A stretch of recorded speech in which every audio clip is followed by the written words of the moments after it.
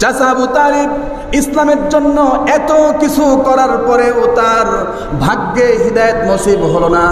অপরদিকে হযরত ওমর রাদিয়াল্লাহু তাআলা আনহু আল্লাহর হাবিবকে লাঞ্ছনা করার জন্য, হত্যা করার জন্য, কতল করার জন্য ছুটে চলার পরেও হিদায়াত নসিব হলো। চাচা আবু তালিব যখন হিদায়াত পাইলেন না, আল্লাহ তাআলা রব্বুল আলামিন কালামে পাকের ভিতরে ঘোষণা করছেন, আল্লাহ তাআলা রব্বুল আলামিন বলছেন, ইন্নাকা লা তাহদি মান আহবাবতা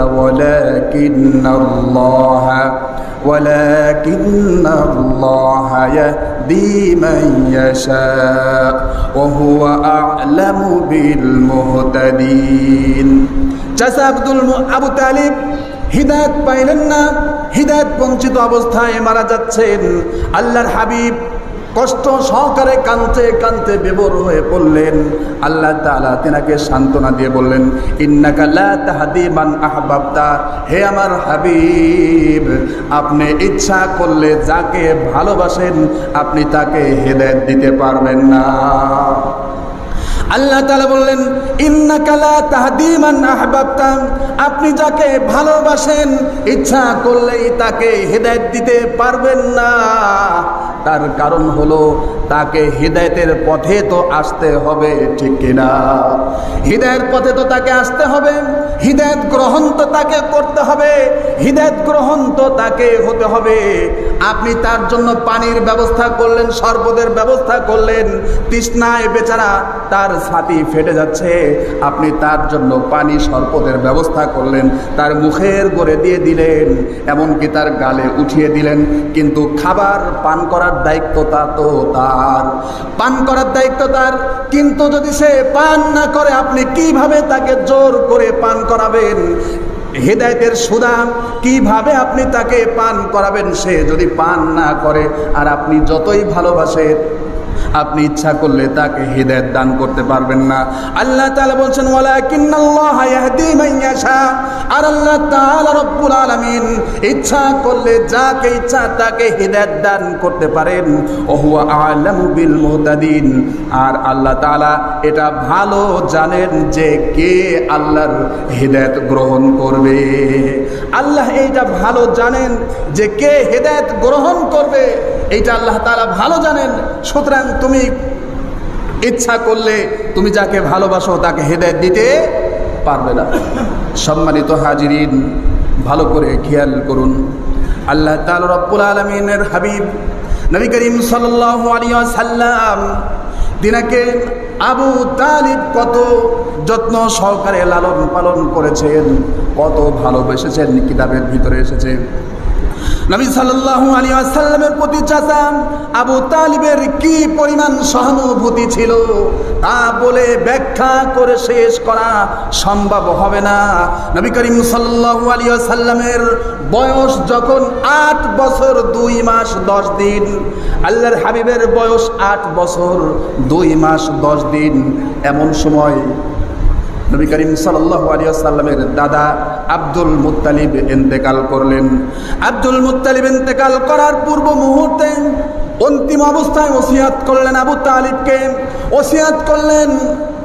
অপরদিকে আব্দুল মুত্তালিব ইন্তেকাল করলেন। আল্লাহর হাবিবের বয়স তখন 8 বছর 2 মাস 10 দিন। আব্দুল মুত্তালিব ইন্তেকাল করে চলে গেলেন। আবু তালিবের উপর মুহাম্মদ সাল্লাল্লাহু আলাইহি ওয়াসাল্লামের লালন পালনের ভার পড়ল।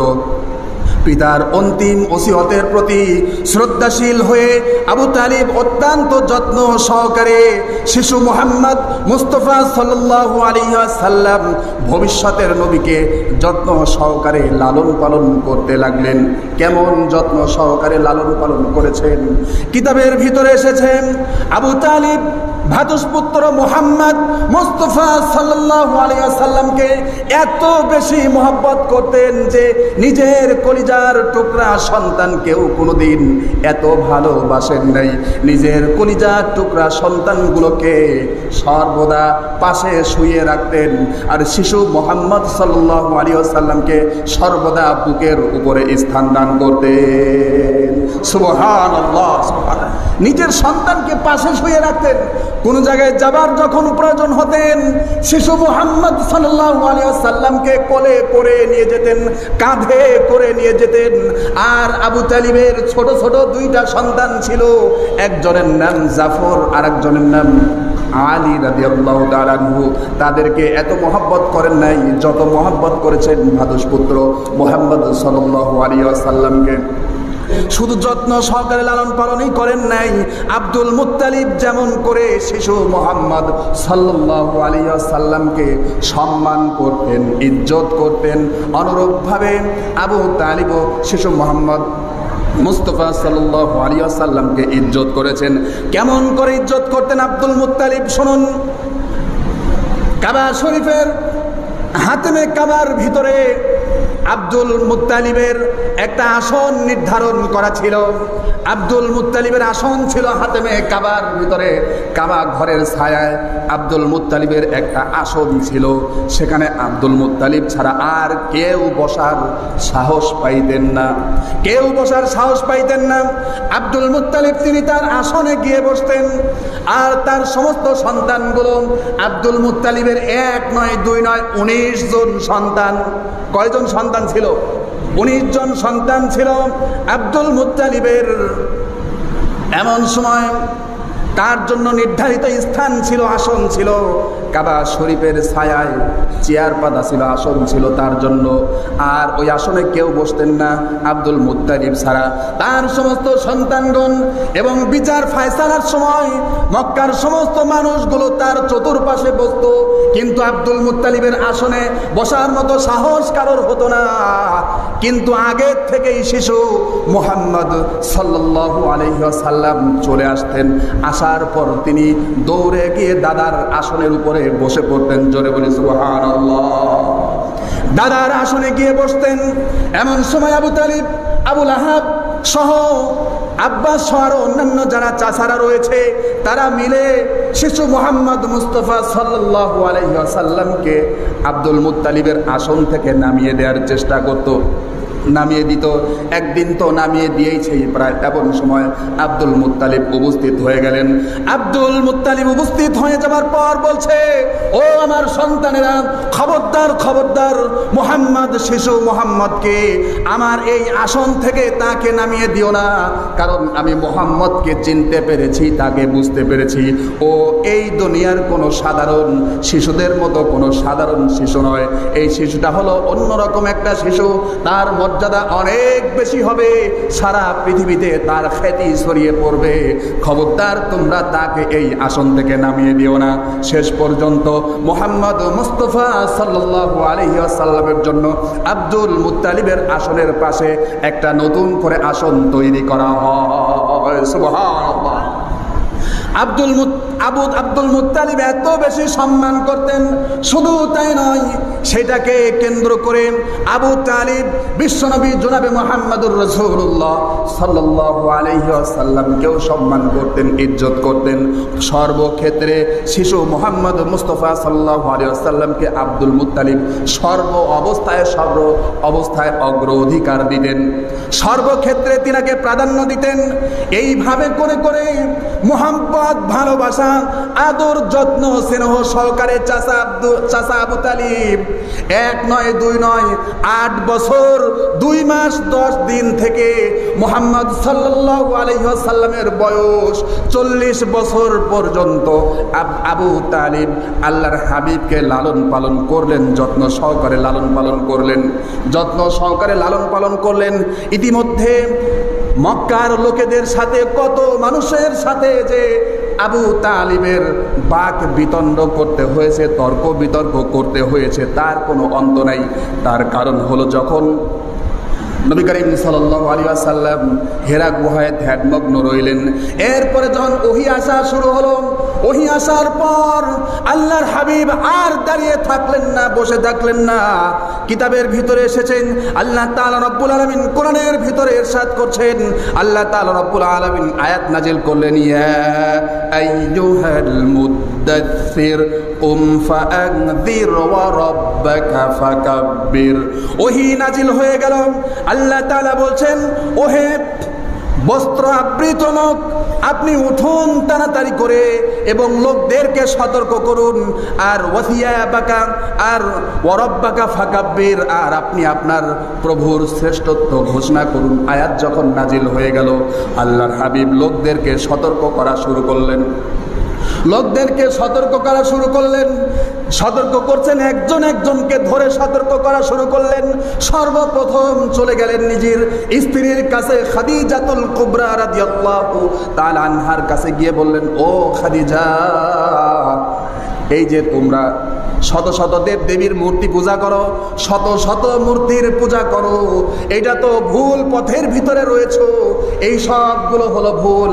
এক আল্লাহর প্রতি বিশ্বাস স্থাপন করতে হবে। আর আল্লাহ তাআলা আমি মুহাম্মদ সাল্লাল্লাহু আলাইহি ওয়াসাল্লামকে রাসূল হিসাবে দুনিয়াতে প্রেরণ করেছেন। যখন খাদিজার কাছে দ্বীনের দাওয়াত দিলেন, দাওয়াত দেওয়ার সাথে সাথে মা খাদিজাতুল কুবরা রাদিয়াল্লাহু তাআলা আনহা তিনি ইসলাম গ্রহণ করলেন। এরকম করে করে একে একে কিতাবের ভিতরে এসেছেন আব্দুর রহমান বিন আউফ এবং আবি আক্কাস সহকারে, হযরত আলী সহকারে, এরকম করে আবু বকর সিদ্দিক রাদিয়াল্লাহু তাআলা আনহু সহকারে প্রথম পর্যায়ে প্রায় ৩৩০ জন আল্লাহর রাসূলের ডাকে সাড়া দিয়ে তারা কালেমা পড়ে মুসলমান হয়ে যায়। সুবহানাল্লাহ। ৩৩০ জনের মতো আল্লাহর হাবিব গোপনে গোপনে দাওয়াত পরিচালনা করছেন, ইসলামের দাওয়াত দিচ্ছেন গোপনে গোপনে। গোপনে গোপনে দাওয়াত দিতে দিতে ৩৩০ জনের মতো প্রথম পর্যায়ের সাহাবীগণ ইসলাম গ্রহণ করলেন। ইসলাম গ্রহণ হয়ে গেল, এমন সময় প্রায় ৩৩০ জনের একটা দল প্রতিষ্ঠিত হয়ে গেল। আল্লাহর হাবিব যখন মানুষদেরকে বুঝাচ্ছিলেন, এই যে বাপ দাদার যে ধর্মগুলো তোমরা পালন করো, এই ধর্মটা হলো ভুল। আসলে এই ধর্মটা এরকম ছিল না, ধর্মটাকে তোমরা বিকৃতি করে ফেলেছো। এই কাবা ঘরের ভিতরে ইব্রাহিম আলাইহিস সালাতু ওয়াস সালাম যখন আসছিলেন, ইব্রাহিম আলাইহিস সালাতু ওয়াস সালাম কাবা ঘরের ভিতরে কোনো মূর্তি ঢুকাতে দেন নাই। তোমরা যে ইব্রাহিমের ইবাদত বন্দি করে, ইব্রাহিম আলাইহিস সালাতু ওয়াস সালামের যে মিল্লাতকে গ্রহণ করো, এই ধর্মের ভিতরে কোনো মূর্তির কোনো স্থান ছিল না, কাবা ঘরে কোনো মূর্তির স্থান ছিল না। তোমরা নিজেরা ধর্মকে বিকৃত করে কাবা ঘরের ভিতরে ১ নয় ২ নয় ৩৬০টা মূর্তি তোমরা কাবা ঘরের ভিতরে ঢুকিয়েছো। এই সবগুলো হলো ভুল। এরকম করে করে যখন মানুষের ভুলগুলো ভাঙাতে লাগলেন, তখন মক্কার বড় বড় প্রতাপশালী কুরাইশদের সাথে নবী করিম সাল্লাল্লাহু আলাইহি ওয়াসাল্লামের এক পর্যায়ে দ্বন্দ্ব বেঁধে গেল। এক পর্যায়ে দ্বন্দ্ব বেঁধে গেল। দ্বন্দ্ব বেঁধে গেল। আবুল আহাব ছিল কুরাইশদের ভিতরে সবচাইতে বড় নেতা, ছিল কুরাইশের ভিতরে আবুল আহাব। আবুল আহাব ছিল নেতা, অপরদিকে আবু জাহেল ছিল নেতা। এই সমস্ত নেতারা চিন্তা করলো, যদি আমাদের বাপ দাদার ধর্মে যদি এরকম করে চুন কালি লাগানো হয়, তাহলে তো আমাদের নেতৃত্ব আর মানুষ মেনে নেবে না। সুতরাং মুহাম্মদকে যে করেই হোক তাকে থামাতে হবে, মুহাম্মদকে থামাতে হবে। এই চিন্তা করে আবুল আহাব সরাসরি নবী করিম সাল্লাল্লাহু আলাইহি ওয়াসাল্লামের বিরুদ্ধচরণ করলো, তাকে অত্যাচার করা শুরু করলো, নির্যাতন করা শুরু করলো। এক পর্যায়ের ঘটনা, একদিন নবী করিম সাল্লাল্লাহু আলাইহি ওয়াসাল্লামের কাছে আয়াত নাজিল হয়ে গেল। আয়াত নাজিল হলো, আল্লাহ তাআলা রব্বুল আলামিন কালামে পাকের ভিতরে বলছেন, ওয়া আনযির আশীরাতাকাল আকরাবিন। আল্লাহ তাআলা বলছেন, ওয়া আনযির আশীরাতাকাল আকরাবিন, আপনি আপনার নিকটবর্তী আত্মীয় স্বজনদেরকে সতর্ক করুন, ভীতি প্রদর্শন করুন, তাদেরকে ভীতি প্রদর্শন করুন, তাদেরকে সতর্ক করুন। আয়াত নাজিল হওয়ার পর নবী করিম সাল্লাল্লাহু আলাইহি ওয়াসাল্লাম প্রকাশ্যে দ্বীনের দাওয়াত দেয়া শুরু করলেন। প্রকাশ্যে দ্বীনের দাওয়াত দিচ্ছেন, এমন সময় আবু লাহাব তো নবী করিম সাল্লাল্লাহু আলাইহি ওয়াসাল্লামের সাথে আগের থেকেই চড়া, শেষ পর্যন্ত আবু তালিবের সাথে তারা বাক বিতণ্ড শুরু করলো। আবু লাহাব নবী করিম সাল্লাল্লাহু আলাইহি ওয়াসাল্লামকে হুমকি পর্যন্ত দিতে থাকলো। নবী করিম সাল্লাল্লাহু আলাইহি ওয়াসাল্লামকে আবু লাহাব হুমকি দিল, আর আবু তালিব অপর দিকে বলছেন, আল্লাহর নামে শপথ করে বলি, আবু লাহাবকে বলছে আল্লাহর নামে শপথ করে বলি, আমার দেহে যতক্ষণ পর্যন্ত প্রাণ আছে ততক্ষণ পর্যন্ত আমি মুহাম্মদ সাল্লাল্লাহু আলাইহি ওয়াসাল্লামের হেফাজত করব। আমার জীবন থাকতে কোনোদিন তোমাদের দ্বারা মুহাম্মদের বিন্দু পরিমাণেও অনিষ্ট হতে দিব না। সুবহানাল্লাহ। আবু তালিব তাদের বিরুদ্ধে যুদ্ধ পর্যন্ত করার মতো নিজের জীবনকে বাজিয়ে রাখতে চেষ্টাও করেছেন। আমার জীবন থাকতে তোমরা মুহাম্মাদের কিছু করতে পারবে না। যখন আবু তালিবের এই কথা শুনলেন নবী করিম সাল্লাল্লাহু আলাইহি ওয়াসাল্লাম, তখন তিনি মনে করলেন যে তাহলে যেহেতু আমার চাচা আমার সাথে আছে, সুতরাং ইসলাম প্রচার করতে আর বাধা কোথায়? ইসলাম প্রচার করতে আর বাধা কোথায়? প্রকাশ্যে ইসলামের প্রচার শুরু করেছেন। নবী করিম সাল্লাল্লাহু আলাইহি সাল্লাম উঠে পড়লেন সাফা পাহাড়ের উপরে, আলা জাবালি সাফা পাহাড়ের উপর উঠে ইয়া সাবাহ বলে ডাক শুরু করলেন। ইয়া আব্দে মানাফ, ইয়া আব্দে বনু কুরাইশ, বনু মানাফ, বনু হাশিম, বনু মুত্তালিব বলে বলে সমস্ত লোকদেরকে ডাকলেন, সমস্ত গোত্রের সমস্ত লোকদেরকে ডাকলেন। ডাকার পর সেখানে অনেক লোক জড়ো হয়ে গেল, গোত্রের সমস্ত মানুষগুলো সেখানে আসলো। আসার পর আল্লাহর হাবিব বলছেন, ও গোত্রের লোকেরা, আমি যদি তোমাদেরকে বলি যে এই পাহাড়ের অপর দেশ থেকে, অপর সাইড থেকে একদল সন্ত্রাসী বাহিনী তোমাদের সম্পদ লুণ্ঠন করার জন্য তারা আসতেছে, তাহলে তোমরা কি সেটা বিশ্বাস করবে? লোকেরা বলল, অবশ্যই আমরা বিশ্বাস করব। তার কারণ হলো আপনি জীবনে কোনোদিন মিথ্যা কথা বলেন নাই।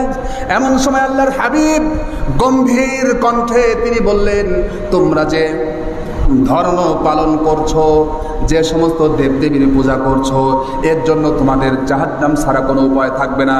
আল্লাহর শাস্তির ভয় দেখাচ্ছি। আল্লাহর হাবিব তিনি তেলাওয়াত করলেন, ইয়া কওমি বুদুল্লাহ মা লাকুম মিন ইলাহিন গায়রু।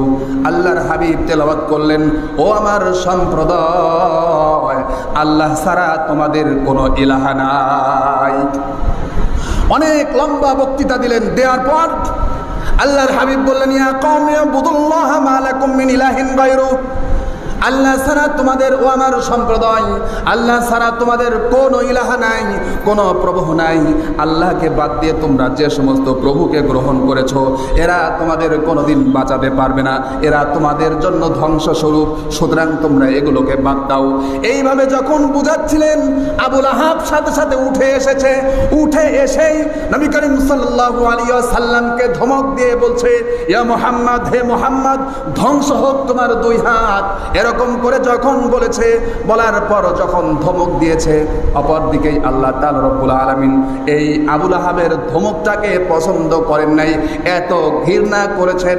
ঘৃণা করেই ওহী নাজিল করে দিলেন, তাব্বাত ইয়াদা আবি লাহাবিন ওয়া তাব মা আগনা আনহু মালুহু ওয়া মা কাসাব সায়াসলা নারান যাতা লাহাবিন ওয়া ইমরাআতুহু হাম্মালাতাল হাতাব ফি জিদিহা হাবলুম মিন মাসাদ। আয়াত নাজিল হয়ে গেল, সূরা নাজিল হয়ে গেল আবু লাহাবের বিরুদ্ধে। আবু লাহাব ধ্বংসপ্রাপ্ত হয়ে গেল। আবু লাহাবের অনেক বড় অত্যাচারের ইতিহাস রয়েছে, সেই দিকে এখন যাওয়া সম্ভব নয়। আবু লাহাব ধ্বংস হলো, আল্লাহ তাআলা সরাসরি তার প্রতি গজব নাজিল করলো।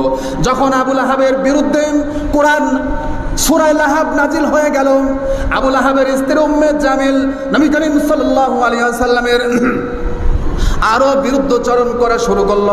আল্লাহর হাবিব আর হযরত আবু বকর সিদ্দিক আকবর রাদিয়াল্লাহু তাআলা আনহু কাবা ঘরের ভিতরে বসে আছেন। এমন সময় উম্মে জামিল হাতে একটা পাথর নিয়ে দৌড়ে এসেছে আর বলছে মুহাম্মদ নাকি আমাদের বিরুদ্ধে কথা বলা শুরু করেছে। মুহাম্মদ কই? মুহাম্মদ? আবু বকর তুমি কি মুহাম্মদকে দেখছো নাকি? যদি আমি এখন মুহাম্মদকে পাইতাম তাহলে আমার হাতের পাথর দিয়ে তাকে তার মাথার উপরে মেরে দিতাম, আমার হাতের পাথর তার মাথার উপরে ছুঁড়ে মারতাম। আবু বকর তুমি কি মুহাম্মদকে দেখেছো কিনা? আবু বকর রাদিয়াল্লাহু তাআলা আনহু বলছেন মুহাম্মদ সাল্লাল্লাহু আলাইহি ওয়াসাল্লাম কেন তোমাদের শত্রু হলো? তিনি তো সঠিক কথা বলেন, তিনি তো এক আল্লাহর গোলামি করেন, তিনি শুধুমাত্র এই কথাটাই বলেন যে লা ইলাহা ইল্লাল্লাহ, আল্লাহকে তার রব হিসাবে ঘোষণা করার কারণে তোমরা তাকে হত্যা করতে চেয়েছো। শেষ পর্যন্ত উম্মে জামিল সেখান থেকে চলে গেল। কিছুক্ষণ পর আবু বকর জিজ্ঞেস করছেন ইয়া রাসূলুল্লাহ আপনি তো আমার সাথে বসা আছেন, তারপরেও কেন উম্মে জামিল আপনাকে দেখতে পারলো না?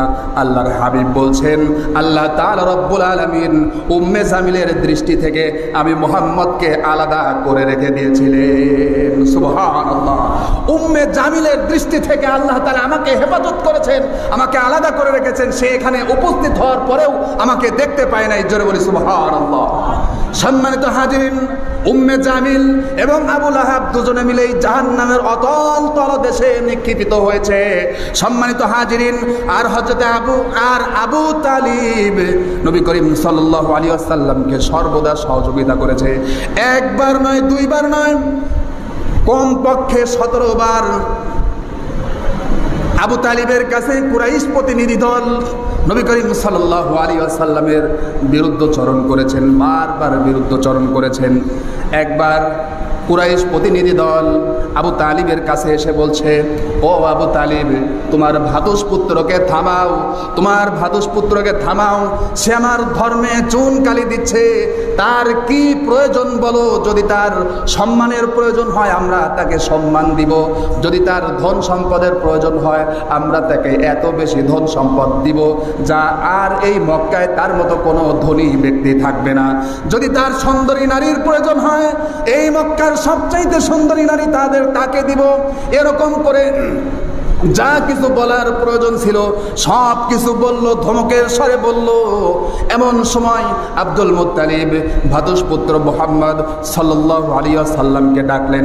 ডাকার পর বলছেন, বাবা এরা হলো সবাই তোমার বংশের লোক, সবাই তোমার আত্মীয় স্বজন, প্রত্যেকেই নেত্রীয় স্থানীয় ব্যক্তি, তাদেরকে সম্মান করো, তাদেরকে ইজ্জত করো। তারা কি বলে শোনো। যখন তারা এই সমস্ত কথাগুলো বলতেছিল, এই সমস্ত কথা বলার সাথে সাথে আল্লাহর হাবিব তাদের কথার জবাবে তিনি বললেন, ইয়া আম্মি, হে আমার চাচা, ওয়াল্লাহি লাউ ওয়াদা আশ-শামসু ফি ইয়ামিনি ওয়াল কামারা ফি ইয়াসারি, তারা যদি আমার ডান হাতে সূর্যকে এনে দেয় আর যদি আমার বাম হাতে যদি তারা চন্দ্রকেও এনে দেয়, হে আমার চাচা আপনি সাক্ষী থাকুন, তারা যদি আল্লাহর নামে কসম করে বলি, তারা যদি আমার ডান হাতে সূর্য আর বাম হাতে চন্দ্রকেও এনে দেয়, আলা আন উতরাকা হাদাল আমরু হাত্তা ইয়াযহারুল্লাহু আও আহলুকু ফিহি মা তারাকতাহু, যদি তারা এরকমও করে তবুও আমার প্রতি যে নির্দেশনা বলি এসেছে আমি সেইটার প্রচার থেকে বিন্দু পরিমাণেও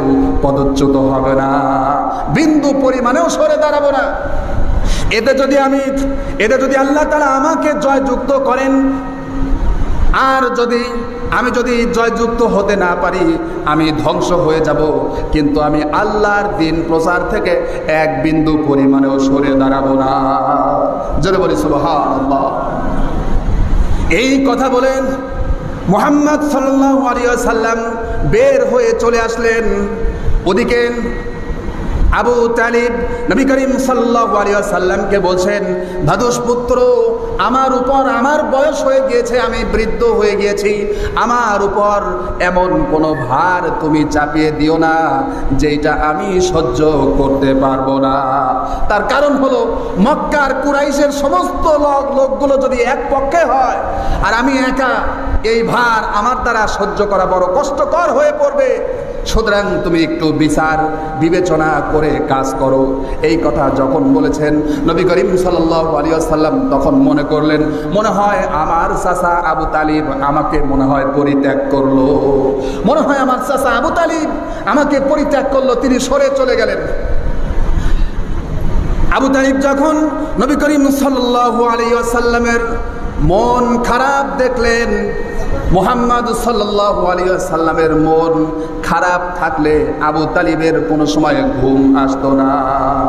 আবু তালিব নবী করিম সাল্লাল্লাহু আলাইহি ওয়াসাল্লামকে যে এত ভালোবাসতেন, যদি তোমার কর্তব্য থেকে সরে দাঁড়িও না, তুমি তোমার কর্তব্য পালন করো, যতক্ষণ পর্যন্ত আমি বেঁচে আছি ততক্ষণ পর্যন্ত আমি তোমার সাথে থাকবো, আমি তোমাকে পরিত্যাগ করি নাই। এই কথা যখন বলেছেন, বলার সাথে সাথে নবী করিম সাল্লাল্লাহু আলাইহি ওয়াসাল্লামের দাওয়াতি কাজ আরো দ্বিগুণ হারে বেড়ে গিয়েছে, দ্বিগুণ হারে বেড়ে গেল। ইতিমধ্যেই আল্লাহর হাবিব দোয়া করেছিলেন ওমর অথবা আবু জাহেলের জন্য। ইতিমধ্যেই হযরত ওমর রাদিয়াল্লাহু তাআলা আনহু ইসলাম গ্রহণ করলেন, হামজা রাদিয়াল্লাহু তাআলা আনহু ইসলাম গ্রহণ করলেন। কুরাইশদের ভিতরে বড় বড় লোকগুলো তখন ইসলাম গ্রহণ করা শুরু হয়ে গেল। এমন সময় ইসলাম গ্রহণ করা যখন শুরু হয়ে গেল, তখন কাফের মুশরিকগণ আস্তে আস্তে ভয় পেতে লাগলো। শেষ পর্যন্ত তারা বারবার করে আবু তালিবের কাছে আসলো, আসার পর বলছে, তুমি তোমার ভাদুষ পুত্রকে ঠেকাও, না হয় তোমাদের বিরুদ্ধে যুদ্ধ ঘোষণা করব। শেষ পর্যন্ত তারা একবার এসে আবু তালিব সহ সমস্ত কুরাইশদেরকে বয়কট করলো, এমনভাবে বয়কট করলো যে শিয়াবে আবু তালিব তখন নবী করিম সাল্লাল্লাহু আলাইহি ওয়াসাল্লামের সাথে ছিলেন। শিয়াবে আবু তালিবে 3 বছর পর্যন্ত সমস্ত কুরাইশদেরকে তারা বয়কট করেছিল, এত কষ্ট দিয়েছিল। তাদের সাথে কোনো কেনা বেচা করতো না, তাদের সাথে কোনো কথাবার্তা পর্যন্ত বলতো না, তাদের সাথে কোনো বিবাহ শাদী হইতো না। এমনভাবে শিয়াবে আবু তালিবে নবী করিম সাল্লাল্লাহু আলাইহি ওয়াসাল্লাম সহ সমস্ত কুরাইশদেরকে বয়কট করেছিল। বয়কটের একটা মাত্র উদ্দেশ্য ছিল যে এইটা আমরা রহিত করতে পারি যদি তোমরা মুহাম্মদ সাল্লাল্লাহু আলাইহি ওয়াসাল্লামকে আমাদের হাতে উঠায়া দাও। যদি আমাদের হাতে মুহাম্মদ সাল্লাল্লাহু আলাইহি ওয়াসাল্লামকে যদি তোমরা উঠিয়ে দাও, তাহলে তোমাদের যে বয়কট করা হয়েছে শিয়াবে আবু তালিবে, তাহলে সেই অঙ্গীকারনামা আমরা ছিঁড়ে ফেলবো। কিন্তু আবু তালিব বলছে, আমার জীবন গেলেও আমার মুহাম্মদ সাল্লাল্লাহু আলাইহি সাল্লামকে কাফেরদের হাতে তুলে দিতে পারি না। জোরে বলি সুবহানাল্লাহ। সবচাইতে নিকৃষ্ট ব্যক্তি ওলীদ ইবনে মুগীরা। এই মুগীরা হলো নিকৃষ্ট একজন ব্যক্তি। সে কি করেছে, শিয়াবে আবু তালিব পার হওয়ার পরেই নবী করিম সাল্লাল্লাহু আলাইহি সাল্লামের কে কেন্দ্র করে আবু তালিবের কাছে আসলো। আসার পর বলছে, ওলীদ ইবনে মুগীরা সে তার সন্তান হুমারাকে সাথে নিয়ে আসছে।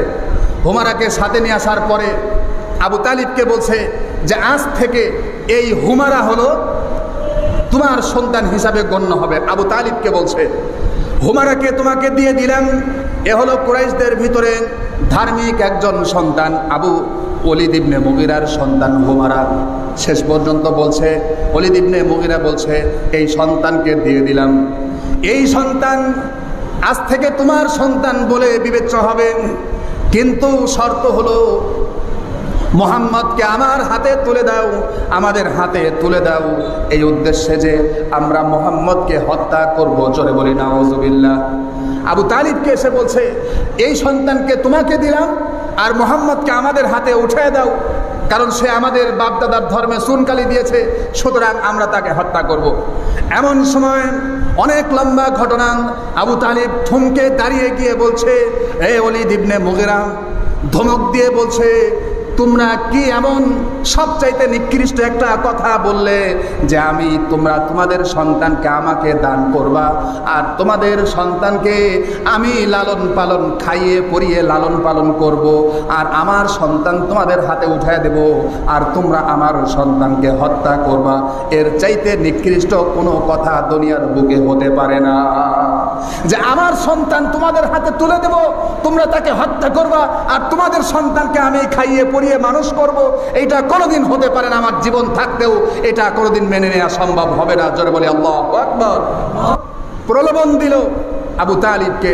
নবী করিম সাল্লাল্লাহু আলাইহি ওয়াসাল্লাম তাদের কথার জবাবে একটা কথা বললেন, কালিমাতুন ওয়াহিদাতুন তা'তুনাহা তামলিকুনা বিহাল আরব ওয়া তাদিনু লাকুম বিহাল আজম। আল্লাহর হাবিব বলছেন যে তোমরা আমাকে এত কথা বলছো, আমি তোমাদেরকে একটা কথা বলি, তোমরা সেই একটা কথা মেনে নাও। একটা কথা মেনে নিলে কি হবে? আল্লাহর হাবিব বলছেন আমি তোমাদেরকে একটা কথা মানতে বলবো, একটা কথা যদি তোমরা মানো, কালিমাতুন ওয়াহিদাতুন, একটা কথা যদি তোমরা মানো, তা'তুনা, একটা কথা যদি তোমরা মানো, তামলিকুনা বিহাল আরব, তাহলে তোমরা হয়ে যাবে আরবের সম্রাট হয়ে যাবে। তোমরা যদি আমার একটা কথা মানো, আল্লাহর হাবিব বলছেন, তাহলে তোমরা আরবের সম্রাট হয়ে যাবে। আর আরবের যে সমস্ত সম্রাট আজম রয়েছে তারা তোমাদের গোলামে পরিণত হয়ে যাবে। জোরে বলি আল্লাহু আকবার। আবু জাহেলের তো ক্ষমতার প্রয়োজন, নেতৃত্বর প্রয়োজন। সে চিন্তিত হয়ে গেল। প্রায় 25 জন থেকে 45 জন লোকের সামনে আল্লাহর হাবিব এই কথাটা বললেন। বলার সাথে সাথে তারা মাথা চুলকাইতে লাগলো আর চিন্তা করতে লাগলো, একটা কথা মানলে যদি এত উন্নতি হয় তাহলে সেইটা মানতে আমাদের দ্বিধা কোথায়, আপত্তি কোথায়? আবু জাহেল উঠে বলে ফেলেছে যে মুহাম্মদ, তোমার পিতার কসম, যদি তোমার কথা সত্য হয় তাহলে একটা কেন 10টা কথা মানতেও আমরা প্রস্তুত। জোরে বলি আল্লাহু আকবার। আল্লাহর হাবিব সাথে সাথে বললেন, কুলু লা ইলাহা ইল্লাল্লাহু ওয়া তাকলাউনা মা তা'বুদুনা মিন দুনি। আল্লাহর হাবিব বললেন তাহলে তোমরা বলো লা ইলাহা ইল্লাল্লাহ, আল্লাহ ছাড়া কোনো মাবুদ নাই, ওয়া তাকলাউনা মা তা'বুদুনা মিন দুনি, আর আল্লাহকে বাদ দিয়ে, আল্লাহকে ছাড়া তোমরা যে সমস্ত দেব দেবীর পূজা করো, যেগুলোকে আল্লাহর স্থানে স্থান দিয়েছো, সেইগুলোকে তোমরা বাদ দিয়ে দাও। যদি তোমরা আল্লাহর গোলামে পরিণত হও তাহলে আল্লাহ তাআলা तमाम পৃথিবীকে তোমাদের গোলামে পরিণত করে দেবেন, কোনো আপত্তি নাই। জোরে বলি সুবহানাল্লাহ।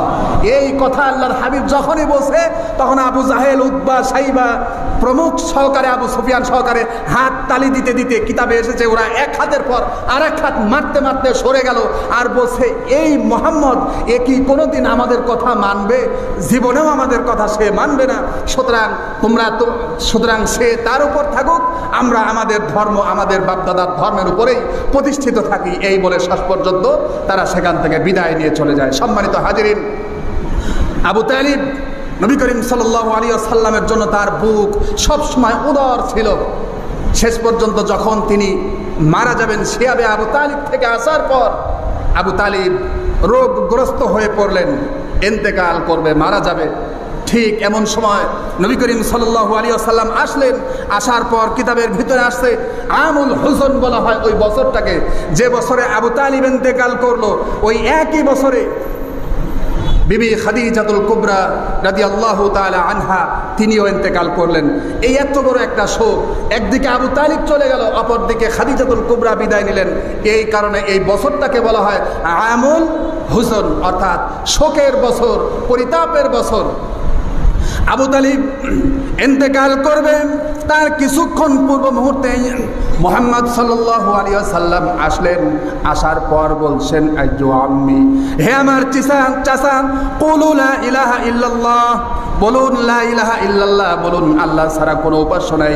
কালিমাতুন উহাজু লাকা বিহা ইনদাল্লাহ, আপনি যদি এই একটা বার বলেন লা ইলাহা ইল্লাল্লাহ, তাহলে অবশ্যই আমি এইটা কাল কিয়ামতের কঠিন মুসিবতে প্রমাণ স্বরূপ আল্লাহর সমীপে উপস্থাপন করতে পারবো। আপনি একটা বার বলেন যে লা ইলাহা ইল্লাল্লাহ, যদি একবার বলেন তাহলে আমি কাল কিয়ামতের কঠিন মুসিবতে আল্লাহর সমীপে আমি এইটা প্রমাণ স্বরূপ উপস্থাপন করব, আমি আপনার জন্য সাফায়াত করতে পারবো, আপনি জান্নাতি হতে পারবেন। একটা বার বলুন যে লা ইলাহা ইল্লাল্লাহ। কিন্তু শেষ পর্যন্ত তিনি বললেন না। শেষ পর্যন্ত আবু জাহেল, আব্দুল্লাহ বিন উমাইয়া সহকারে আরো কিছু কাফের মুশরিক ছিল আবু তালিবের চতুর্পাশে বসা।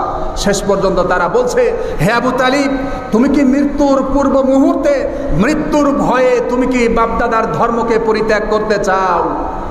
শেষ পর্যন্ত আবু তালিবের মুখ থেকে একটা কথা বের হলো, সেই কথাটা হলো, আমি আমার বাবা আব্দুল মুত্তালিবের ধর্মের উপরেই রয়েছি। যখন এই কথা বলল, কিছুক্ষণ পর আবু তালিবের ইন্তেকাল হয়ে গেল, মৃত্যুবরণ করলো। নবী করিম সাল্লাল্লাহু আলাইহি ওয়াসাল্লাম কাঁদতে থাকলেন, কাঁদতে কাঁদতে পাগল পারা হয়ে গেলেন। আহারে, আমাকে এত ভালোবাসলেন, এত কিছু করলেন ইসলামের জন্য, যার বুক উদার ছিল, অথচ তাকে হিদায়াতের এই সুধা তাকে পান করাইতে পারলাম না। কাঁদতে কাঁদতে বেবর হয়ে তিনি বললেন, লা আস্তাগফিরুন্না লাকা মা লাম আনহু আনহু, আমি ততক্ষণ পর্যন্ত আমার চাচা আবু তালিবের জন্য আল্লাহর দরবারে প্রার্থনা করতে থাকবো, ক্ষমা প্রার্থনা করতে থাকবো, যতক্ষণ পর্যন্ত আমাকে বাধা প্রদান না করা হয়। আল্লাহর হাবিব বলছেন, আমি ততক্ষণ পর্যন্ত আবু তালিবের জন্য, আমার চাচার জন্য আল্লাহর কাছে ইস্তেগফার করতে থাকবো, যতক্ষণ না পর্যন্ত আমাকে বাধা প্রদান করা হয়। কিছুক্ষণ পরে আয়াত নাজিল হয়ে গেল। কি আয়াত নাজিল হয়ে গেল?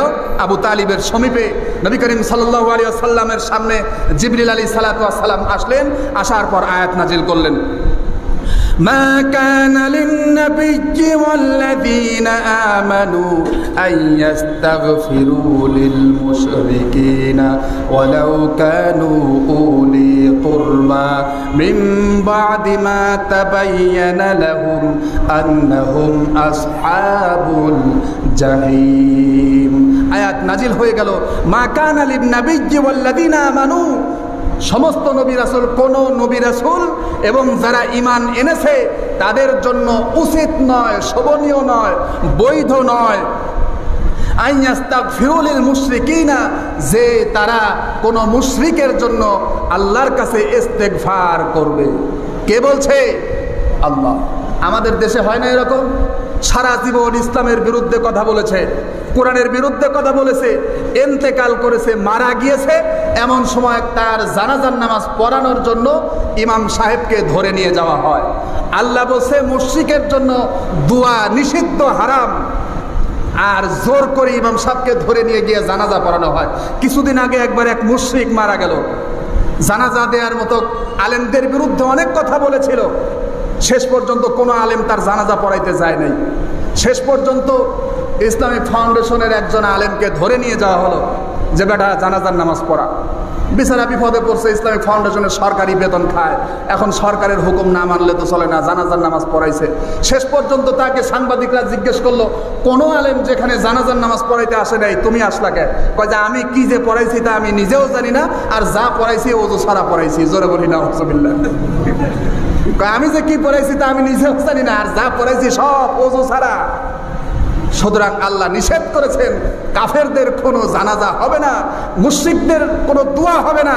আল্লাহ তাআলা বলেন, মা কানা লিন-নাবিয়্যি ওয়াল্লাযীনা আমানু আন ইস্তাগফিরু লিল মুশরিকিনা ওয়ালাউ কানু উলি কুরবা মিন বাদি মা তাবায়্যানা লাহুম আন্নাহুম আসহাবুল জাহিম।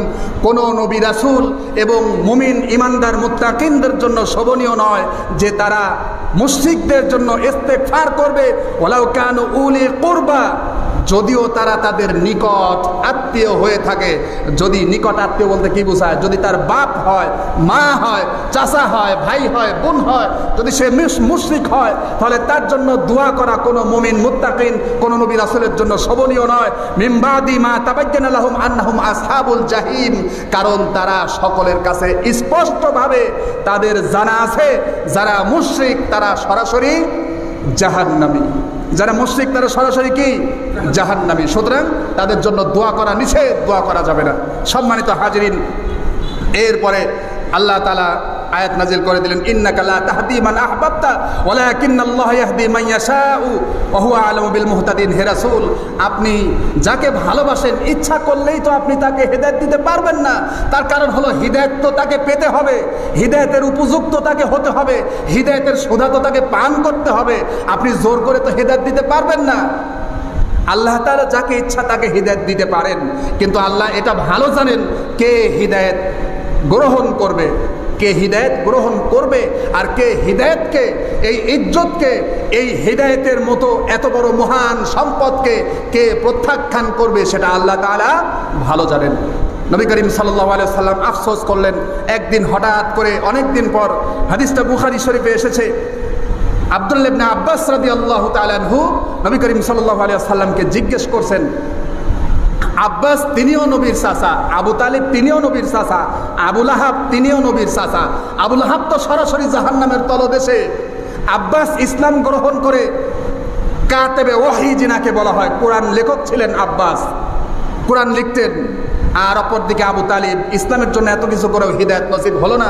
একবার চাচা আব্বাস নবী করিম সাল্লাল্লাহু আলাইহি সাল্লামকে বলছে, মুহাম্মদ তোমার চাচা আবু তালিব সে তার জীবনকে বাজি রেখে তোমাকে সহযোগিতা করত, তোমাকে হেফাজত করত, তোমার জন্য যুদ্ধ পর্যন্ত করেছে, তোমার জন্য সব কিছু করতে তিনি প্রস্তুত ছিলেন।